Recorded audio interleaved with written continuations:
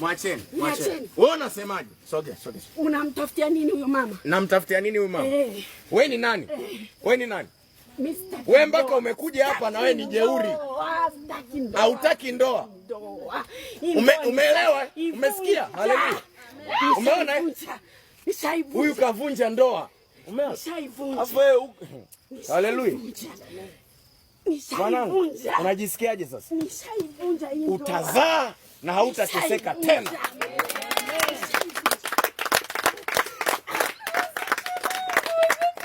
Utazaa kwa jina la Yesu na hautateseka tena.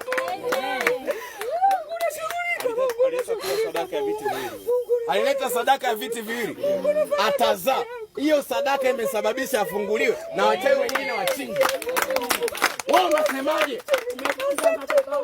Nimevunja madhabahu yenu. Nimevunja madhabahu yenu.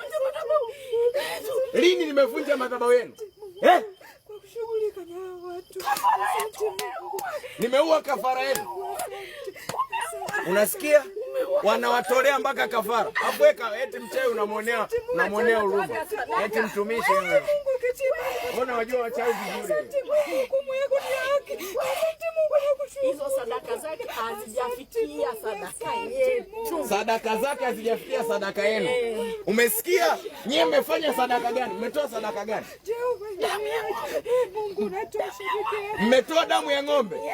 Umesikia? Tunawaambiaga msitoe 200 kanisani. Sasa huyu itakayemponya ni sadaka ya damu ya Yesu peke yake.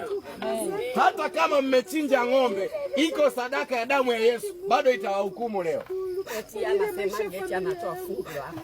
Anasemaga atoa fungu la 10.